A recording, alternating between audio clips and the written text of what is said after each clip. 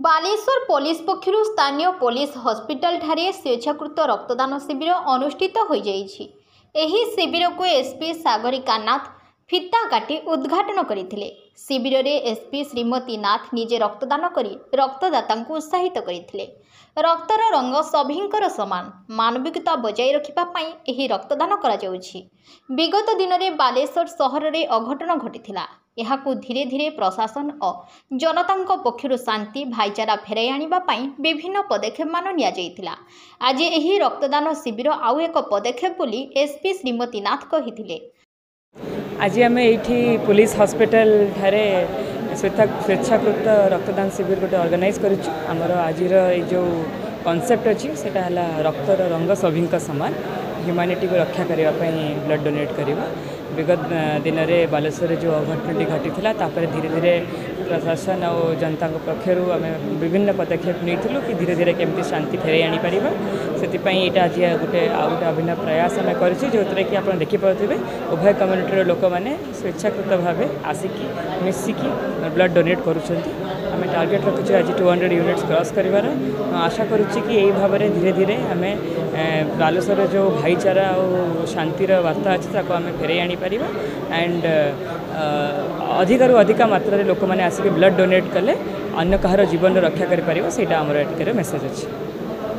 अन्यमानक मध्य Sadar SDPO doctor Shashank Shekhar Beura, DSP Subhranshu Shekhar Nayak, Sahadevkhunta थाना IIC Jayant Behera, town थाना IIC Ashok Nayak, Sadar IIC Dayanidhi Das, blood bank अधिकारी डॉक्टर बसंत उपाध्याय समेत पुलिस हॉस्पिटल डॉक्टर और कर्मचारी प्रमुख उपस्थित थिले।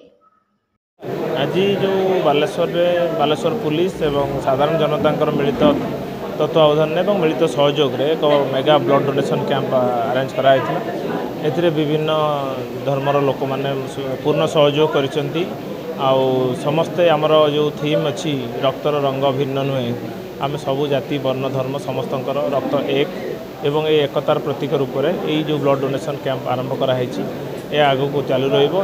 लोक मैंने संपूर्ण भाव में निज स्वेच्छा आसी खुशी रे मतदान माने रक्तदान करुछंती एवं आम आशा रखुचु यही भाईचारा यही मनोभाव उभय इंटरनाली एंड एक्सटर्नाली हो एवं बालेश्वर शांति प्रतिष्ठा हो, शांति फेरी आसू, लोक मैंने सुस्थ शांति स्वावस्थान करंतु यही कामना करुचे एवं यही रक्तदान को आगक नापी पुलिस डिपार्टमेंट बालेश्वर पुलिस तरफ एसपी मैडम को तत्वावधान अरेंज करा जायछि।